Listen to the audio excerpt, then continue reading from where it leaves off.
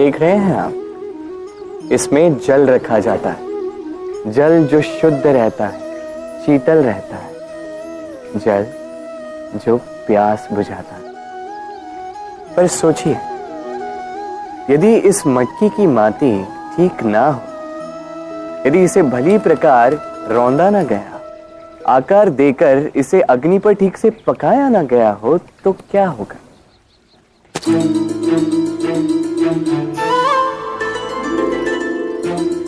यही मन के साथ भी होता है,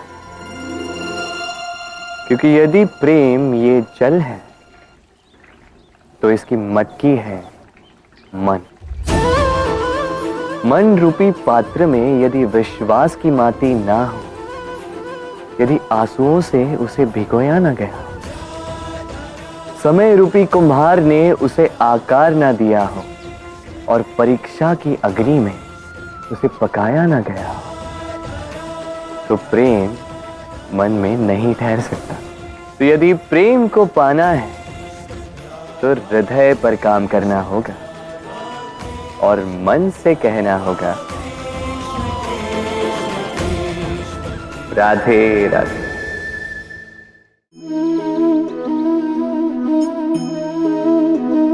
मेरे आसपास ये वृक्ष, ये पौधे, ये पुष्प देख रहे हैं आप, है ना सुंदर?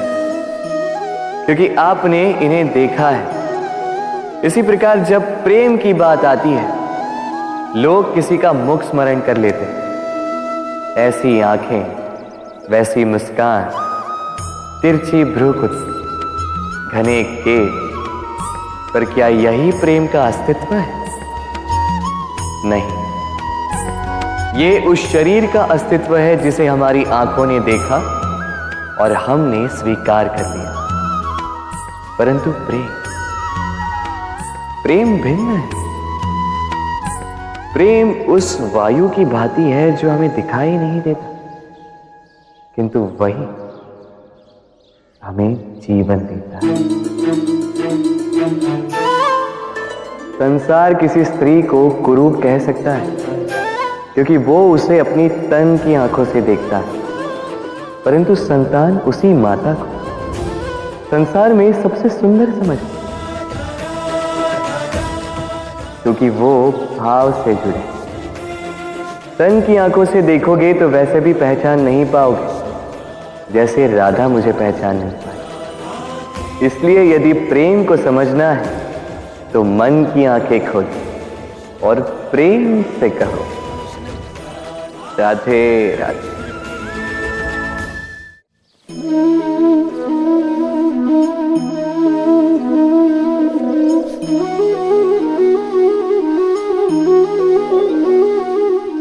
किसी भी वस्तु को बांध सकने के लिए किसी बंधन का, किसी रस्सी का होना आवश्यक है, परंतु इस रस्सी को बांध सकने की शक्ति कौन देता है?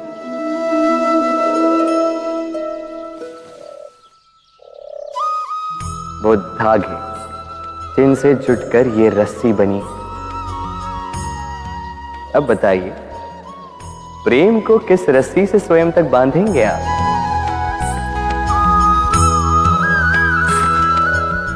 प्रेम बनता है विश्वास से, और विश्वास की डोरी के धागे सत्य के धागों से बुने जाते हैं। अब प्रश्न ये उठता है कि सत्य क्या है? वो जो हमने देखा, वो जो हमने सोचा? नहीं, हमारा सत्य वो है जिस पर हमने विश्वास कर लिया, और विश्वास वो जिसे हमने सत्य समझ लिया। वास्तविकता में सत्य और विश्वास दोनों एक ही सिक्के के दो छोर हैं। जहां सत्य नहीं, वहां विश्वास की नींव नहीं, और जहां विश्वास नहीं, वहां सत्य अपना धरातल खो देता है। तो यदि किसी का सत्य जानना है तो विश्वास कीजिए, प्रेम का धरातल बन जाएगा। और मन प्रसन्न होकर बोलेगा, राधे राधे।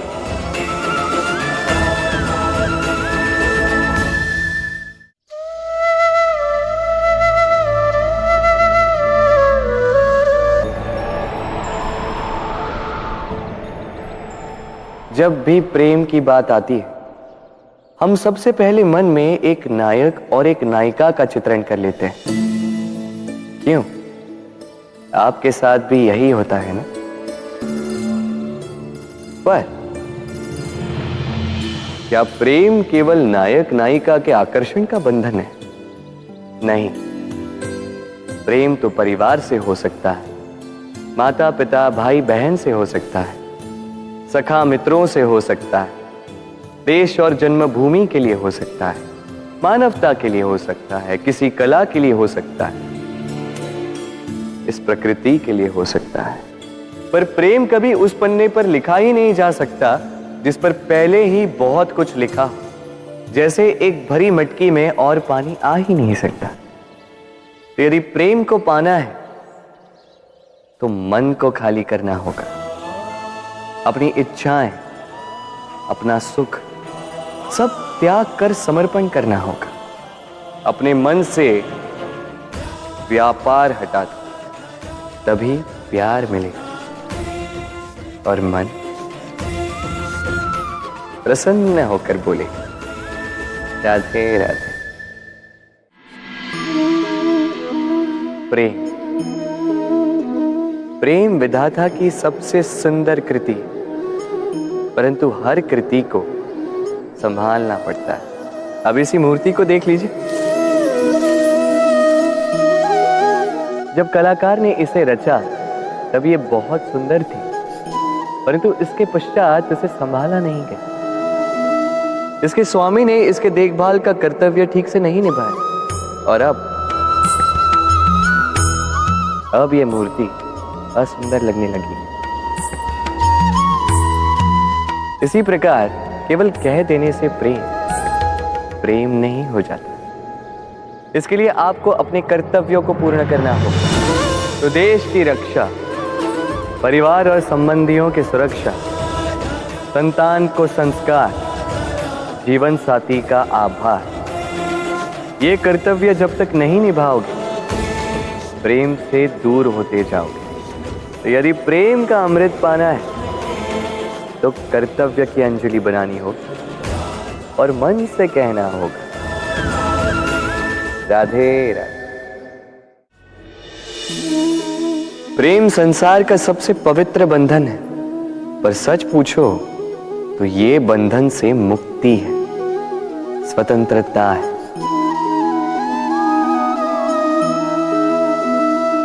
नहीं समझे? समझाता हूं। यदि कोई आपका प्रेम ठुकरा दे, यदि कोई आपका प्रेम समझ ही ना पाए, तो क्या होगा? कुछ उदास हो जाएंगे, कुछ छल करके प्रेम पाना चाहेंगे, तो कुछ बलपूर्वक प्रेम पर अधिकार करना चाहेंगे। किंतु यह आवश्यक नहीं कि जिससे आप प्रेम करते हो उसे भी आपसे प्रेम, क्योंकि प्रेम कोई वस्तु नहीं है, न राज्य है न धन जिसे आप बल से अपने वश में कर सकते। प्रेम वो शक्ति है जो आपके लिए हर बंधन तोड़ सकती है, किंतु स्वयं किसी बंधन में नहीं फंसती। तो जिससे भी आप प्रेम करते हो उसे स्वतंत्र छोड़ दीजिए, क्योंकि स्वतंत्रता ही वो भाव है जो जीव को सबसे अधिक प्रिय है। प्रेम सच्चा होगा तो उसे अवश्य समझ में आए। तब तक के लिए निस्वार्थ भाव से प्रेम कीजिए। स्वार्थ हट जाएगा तो प्रेम आ ही जाएगा और मन प्रसन्न होकर बोलेगा, राधे राधे।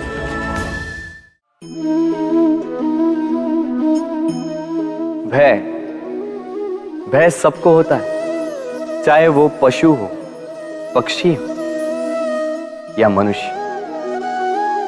वास्तविकता में मनुष्य भय को अपने साथ लेके ही जन्म लेता है। तो इस भय से भय कैसा?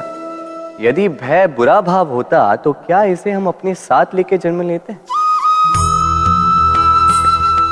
वास्तविकता में भय हमें आगे बढ़ने के लिए प्रेरित करता है। अब देखिए, जीवन जाने का भय आपसे स्वयं की सुरक्षा करवाने का प्रयास करता है। अपमान का भय सदाचार की ओर बढ़ाता है। किसी प्रिय को खो देने का भय उसके लिए कर्तव्य पालन करने को प्रेरित करता है। किंतु यह भय बुरा तब हो जाता है जब आप इसे अपने ऊपर हावी हो जाने देते हैं, इसके लिए कुछ प्रयास नहीं कर पाते। इसलिए यदि इस भय को उपयोग में लाना है, आपको स्वयं इस भय के ऊपर हावी हो जाना होगा। तो तोड़ दीजिए भय की सीमाएं। अपनी आत्मा को छोड़ के किसी और के समक्ष सर मत झुकाइए और स्मरण रखिए, जब अंधकार से डरना छोड़ दोगे तभी दीपक बनकर प्रकाश दे पाओगे। राधे राधे।